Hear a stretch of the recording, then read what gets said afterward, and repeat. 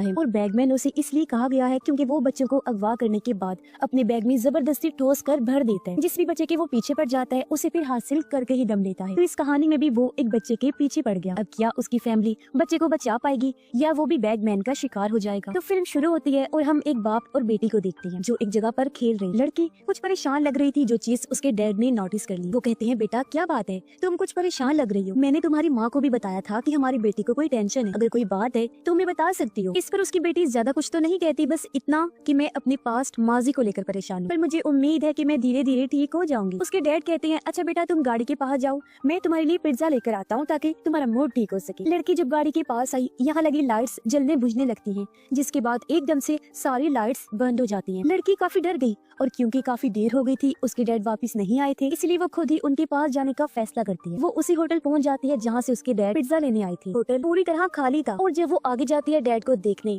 तो वो जमीन पर पड़े हुए थे। उनकी हालत काफी खराब थी, जख्मी थे और उठ भी नहीं पा रही थी। ऐसा लग रहा था जैसे वो पैरालाइज हो गए हैं, यानी उनके हाथ पाँव काम नहीं कर रहे थे। वो अपने डैड की ऐसी हालत देखकर काफी घबरा जाती है, पर इससे पहले कुछ समझ पाती यहाँ बैगमैन आ जाता है जो लड़की को पकड़कर जबरदस्ती उसे बैग में ठोस कर भरने लगता है। फिर उसने जैसे जिप बंद की लड़की की वही मौत हो जाती है। अब इस हादसे को 4 साल बीतते हैं। जिसके बाद हम एक फैमिली को देखते हैं जिनमें हस्बैंड का नाम पैट्रिक था, जिसके साथ उसकी वाइफ और उनका छोटा सा बेटा रहता था। ये फैमिली काफी खुशी से अपनी जिंदगी गुजार रही थी। अब आज इनके घर पैट्रिक का भाई और उसकी वाइफ की बहन इनसे मिलने आते हैं, जो पहले भी आते रहते हैं। अब पैट्रिक और उसका भाई लकड़ी का बिजनेस किया करते हैं। पैट्रिक अपने भाई को बताता है कि मैंने एक मशीन बनाई है जो पेड़ों की कटाई बहुत अच्छी और कम टाइम में कर सकती है। इस मशीन के इस्तेमाल से हमारी बहुत सारी मेहनत और पैसे बच जाएंगे। जब उसके भाई ने मशीन का काम देखा तो वो भी कहते हैं कि हाँ भाई बहुत खूब, आपका ये प्रोजेक्ट सभी लोगों को बहुत पसंद आएगा। अब यहाँ पैट्रिक की वाइफ जिसका नाम करीना था वो भी अपनी बहन से बातें करती है और फिर जैसे ही रात हुई वो लोग वहाँ से चले जाते हैं। पैट्रिक जब डस्टबिन में कचरा डाल रहा था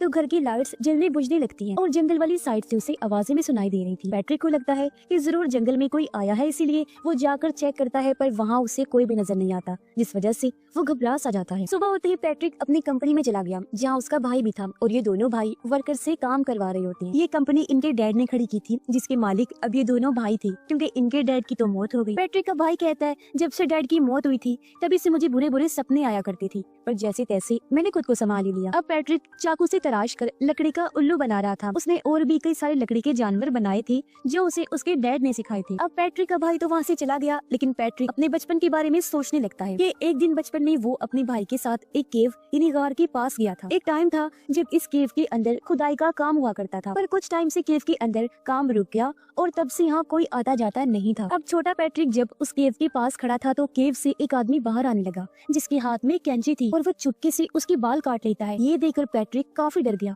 और नीचे गिर जाता है, पर तब तक आदमी दोबारा से केव के अंदर चला गया, जबकि पैट्रिक भी फिर वहाँ से भाग जाता है। अब प्रेजेंट टाइम यानी मौजूदा वक्त में हम करीना को देखते हैं जो घर में अपने बच्चे के साथ खेल रही। पर जब करीना अपने लैपटॉप पर काम करने लग गई तो उसका अपने बच्चे पर से ध्यान हट गया और उसका बच्चा खेलता हुआ जंगल में चला जाता है। वो असल में एक डॉल का पीछा करते हुए आगे बढ़ता जा रहा था। कुछ टाइम बाद जब करीना को अपने बच्चे का ख्याल आया तो उसे देखती है, पर जब वो उसे दिखाई नहीं दिया तो हर जगह वो उसे ढूंढने लगती है। काफी परेशान भी हो गई, पर बच्चा ना मिलने पर वो उसे जंगल में चेक करने गई। कुछ दूर जाने पर आखिर उसे अपना बच्चा मिल गया, जिसे देखकर करीना की जान में जान आई। वो उसे उठाकर घर लाने लगती है, पर उसे अपनी गलती का एहसास भी हुआ कि मुझे इस तरह अपने बच्चे को अकेला नहीं छोड़ना चाहिए था। रात को जब पैट्रिक घर आया तो करीना उसे भी ये बात बताती है और जब भी दोनों बातें कर रही थी अचानक लाइट फिर से जलने बुझने लगती है जैसे पहले भी कर रही थी। अब ये देखकर पैट्रिक हैरान रह गया कि लाइट के साथ ऐसा क्यों होता है, और उसने इस चीज को नजरअंदाज कर दिया। फिर वो जाकर अपने लैपटॉप पर काम करने लगता है। वो चाकू से उल्लू को तराश रहा था जो वो इतने टाइम से बनाने की कोशिश कर रहा था। तभी उसके पास मेल आई कि बड़ी कंपनी उसे कर्जा देने के लिए तैयार नहीं है। इस बात से उसे गुस्सा आ गया और वो उस चाकू को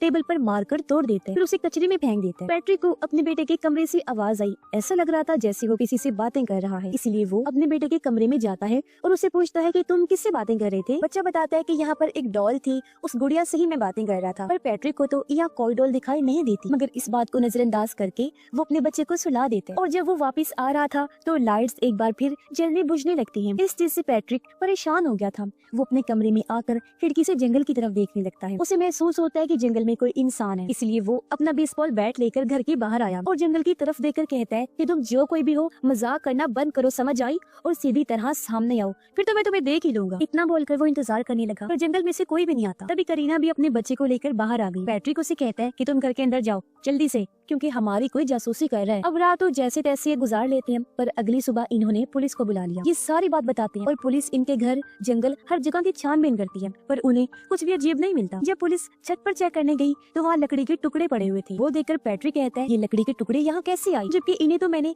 कचरे में फेंक दिया था। तब पुलिस ऑफिसर सबूत के तौर पर लकड़ी के टुकड़े अपने पास रख लेते हैं और पैट्रिक को अपना नंबर देते हुए कहते हैं कि तुम बस होशियार रहना और अगर कोई भी मसला बने तो हमें कॉल करके बुला लेना। फिर पैट्रिक एक बार फिर अपने काम पर लग जाता है। उसने जब कचरा चेक किया तो वहाँ उसे वही उल्लू मिलता है जो कि उसने बचपन में बनाया था, और उसे ये पता नहीं था कि बचपन वाला ये उल्लू मेरे पास में कैसे आया। इसीलिए वो इस बारे में अपनी वाइफ से पूछता है कि क्या ये उल्लू तुम लेकर आई हो। करीना कहती है नहीं तो, मैंने तो खुद पहली बार देखा है ये उल्लू। पैट्रिक को कुछ समझ नहीं आती। वो सोच में पड़ा होता है कि आखिर मेरे बचपन का खिलौना आज मेरे पास कैसे आ गया। साथ ही ये भी पता चलता है कि पैट्रिक ने जो चाकू तोड़कर कचरे में फेंक दिया था वो भी वहाँ से गायब था। अब करीना उसे कहती है कि हमारा बच्चा हर टाइम फ्लूट यानी बांसुरी बजाता रहता है, इस वजह से काम करने में मुझे मसला होता है। वो पैट्रिक को फ्लूट देते हुए कहती है कि तुम इसे छुपा कर रखो। तो वो फ्लूट को एक डब्बे पर रख देते हैं और खुद पैट्रिक अपने बच्चे के साथ खेलने लगा और उसका बेटा नहाते हुए जिद करने लगा कि मुझे तो वही फ्लूट चाहिए। इसलिए पैट्रिक गोदाम में जाता है, क्योंकि फ्लूट उसने जिस डब्बे पर रखा था वो डब्बा अब गोदाम में रख दिया गया था। अब उसके जाने के बाद बच्चा अकेला था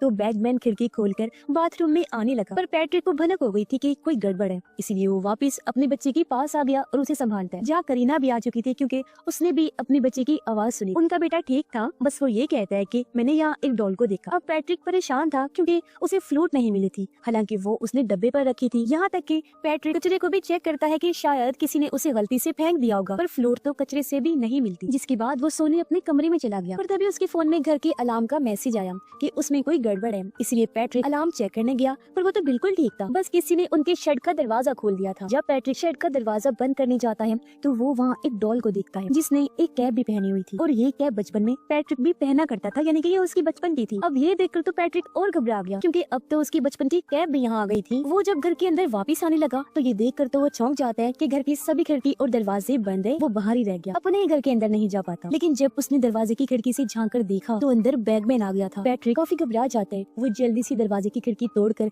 सबसे पहले दरवाजा खोलता है और जल्दी से अंदर आ जाता है। फौरन से अपनी वाइफ और बेटे के पास जाकर सबसे पहले उनकी जान बचाता है। पर जब उसने घर को चेक किया तो उसे कोई भी नहीं मिलता। लेकिन पैट्रिक काफी डरा होता है। वो अगले दिन पुलिस को बुला लेते हैं। पुलिस ऑफिसर उसे कहता है कि तुम्हें अपने घर के बाहर सीसीटीवी कैमरास लगवा लेने चाहिए। अच्छा ये बताओ घर से क्या कोई चीज गायब भी हुई है? इस पर पैट्रिक कहता है कि हाँ, मेरे बेटे की फ्लूट जो वो अक्सर बजाया करता था। ऑफिसर उसे शांत करता है कि ये घबराओ नहीं, हम अब से तुम्हारे घर के आसपास ही रहेंगे। लेकिन पैट्रिक फिर भी परेशान होता है। उसे कुछ समझ नहीं आ रही थी कि आखिर हो क्या रहा है, क्यों मेरे लिए दिन ब दिन मसले बढ़ते जा रहे हैं। वो इस बारे में अपने भाई को भी बताता है और कहता है कि बचपन में जो मैंने उल्लू बनाया था वो आज मेरे पास आ चुका है, और जो कैप में हमेशा पहना करता था वो भी किसी ने लाकर रख दी है, पर मैं ये नहीं जानता कि ऐसा आखिर किसने किया। अब रात को जब पैट्रिक सो रहा था तो उसे बुरे बुरे सपने आने लगते हैं, जैसे बैगमैन उससे उसके बेटे को दूर कर रहा है। फिर पैट्रिक अपने बचपन के टाइम को याद करने लगता है कि जब एक दिन वो अपने डैड के साथ जा रहा था तो वो उसे उसी केव के पास लेकर आई और बताते हैं कि लोगों का कहना है कि इस केव के अंदर एक बैगमैन रहता है, लेकिन आज तक किसी ने उस बैगमैन को देखा नहीं है और वो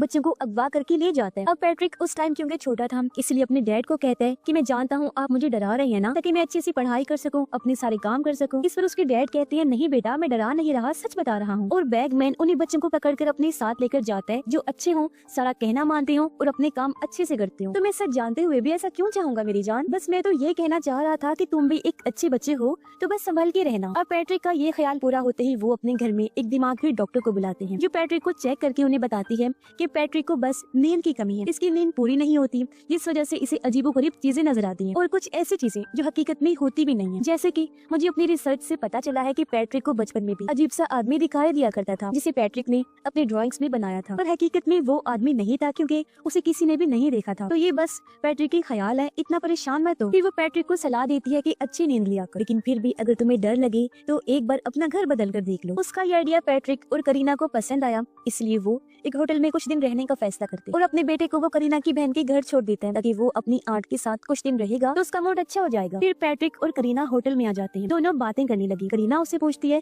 कि तुम्हारे साथ बचपन में क्या हुआ था। तब पैट्रिक बताता है कि अपने डैड की बैगमैन वाली बात से मैं काफी डर गया था, इसलिए मेरे डैड फिर मेरे पास पास आई। उन्होंने मुझे एक चाकू देकर कहा कि बैगमैन तुम्हारे आसपास भी रह सकते हैं, तो अपनी हिफाजत के लिए इसे हमेशा अपने पास रखो, और अगर तुमने ये चाकू खो दिया तो बैगमैन फिर तुम्हें नहीं छोड़ेगा। और देखो आज वो चाकू मुझसे खो गया है। उधर हम करीना की बहन को देखते हैं, वो फोन पर किसी से बात कर रही थी और करीना का बेटा आराम से सो रहा होता है, पर अचानक लाइट जलने बुझने लगी। इससे वो थोड़ा घबरा गई और जाकर बच्चे को चेक करती है, जो बिल्कुल ठीक था। पर तभी दरवाजे की बेल बजी और जब उसने जाकर चेक किया तो वो बैगमैन था, जो यहाँ भी आ गया था। उसे देखकर करीना की बहन काफी डर गई और जल्दी से जाकर बच्चे को संभालती है। वो मदद बुलाने के लिए किसी को कॉल करने की कोशिश करती है, पर अब तक सारी चीजों ने काम करना बंद कर दिया था। इसीलिए वो हाथ में चाकू लिए करीना के बेटे को लेकर अलमारी में छुप जाती है। पर बैगमैन, जो उन्हें देख चुका था, यहाँ भी आ जाता है उन्हें पकड़ने के लिए। बैगमैन करीना की बहन को पकड़ लेता है। अपने बचाव में वो भी उस पर हमला करती है और खुशकिस्मती से अपनी और बच्चे की जान बचा लेती है। कुछ देर बाद यहाँ पैट्रिक, करीना और रेस्क्यू टीम भी आ जाती है। करीना की बहन को थोड़ी सी चोट आ गई थी, इसलिए उसकी पट्टी कर दी जाती है। फिर पैट्रिक फैसला करता है कि मैं अपनी फैमिली को लेकर अपने भाई के घर रहूंगा, इसलिए वो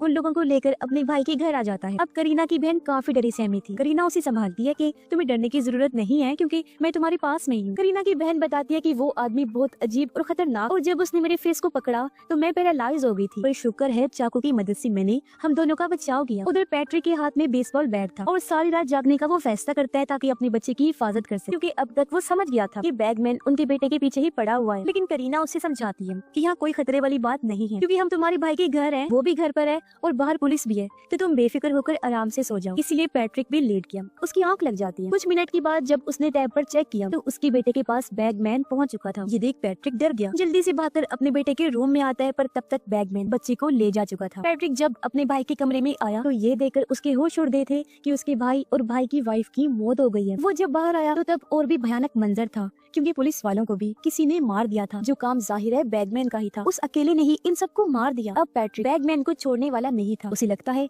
कि जरूर इस बैगमैन ने मेरे बेटे को अपने बैग में डाला हुआ है, इसलिए पैट्रिक उसका पीछा करने लगता है। पीछा करते करते वो उसी केव के पास आ गया, लेकिन यहाँ पर काफी अंधेरा था और तो पैट्रिक के पास कोई हथियार भी नहीं था। तभी उसे केव के अंदर से अपने बेटे की आवाज आई, जो कह रहा था, डैड प्लीज मुझे बचा लीजिए। इसलिए पैट्रिक इस केव में आकर अपने बेटे को ढूंढता हुआ काफी आगे चला जाता है। उसने देखा कि यहाँ तो बहुत सारी मोमबत्तियां जली हुई हैं, जगह जगह घोंसले भी बने हुए हैं, जिनमें उन सभी बच्चों का पसंदीदा सामान पड़ा हुआ था, जिन बच्चों को बैगमैन उठाकर ले जाता था अपने बैग में डालकर। तभी पैट्रिक एक बैग को खोल देता है, जिसके अंदर वही डॉल थी जो उसके बेटे को नजर आया करती। पैट्रिक देखते हैं कि इसके अंदर से मेरे बेटे की आवाज आ रही है, यानी कि यहाँ उसका बेटा नहीं था, बल्कि इस डॉल के जरिए पैट्रिक को बेवकूफ बनाया गया था, जो देखकर तो उसे और भी गुस्सा आने लगा और वो डॉल को तोड़ देते हैं। उधर करीना और उसकी बहन को उनका बच्चा मिल गया था, जिसे वो लोग संभालते हैं और पुलिस को कॉल करके बुला लेते। पैट्रिक, जो अभी भी केव के अंदर था, वो कहता है कि तुम जो कोई भी हो सामने क्यों नहीं आते। उसका ये कहना ही था कि तभी बैगमैन आ जाता है। वो पीछे से पैट्रिक का मुंह पकड़ लेता है और उसे अपने साथ ले जाने लगा। वो काफी भयानक किसी भूत जैसा दिख रहा था। अपने साथ बैग भी लाया होता है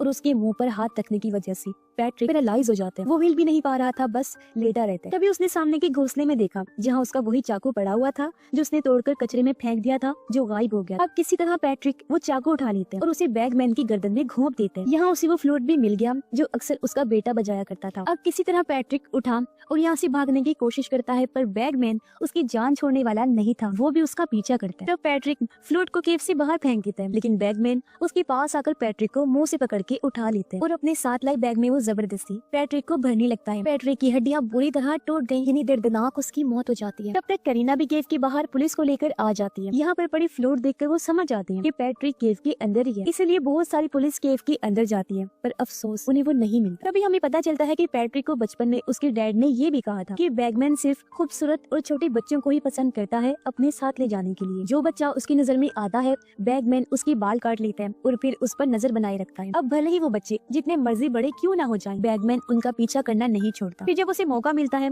तो वो बच्चे को अपने बैग में डालकर ले जाता है। इसीलिए तो पैट्रिक के बचपन में बैगमैन ने उसे पसंद किया, उसे नजरों में रखना शुरू कर दिया और उसके बाल भी काट दिए। हालांकि पैट्रिक बड़ा भी हो गया, लेकिन उसने पीछा नहीं छोड़ा और आखिरकार वो उसे ले ही गया। इससे हमें पता चलता है कि इनके घर में बैगमैन पैट्रिक के लिए आया करता था, ना कि उसके बेटे के लिए। और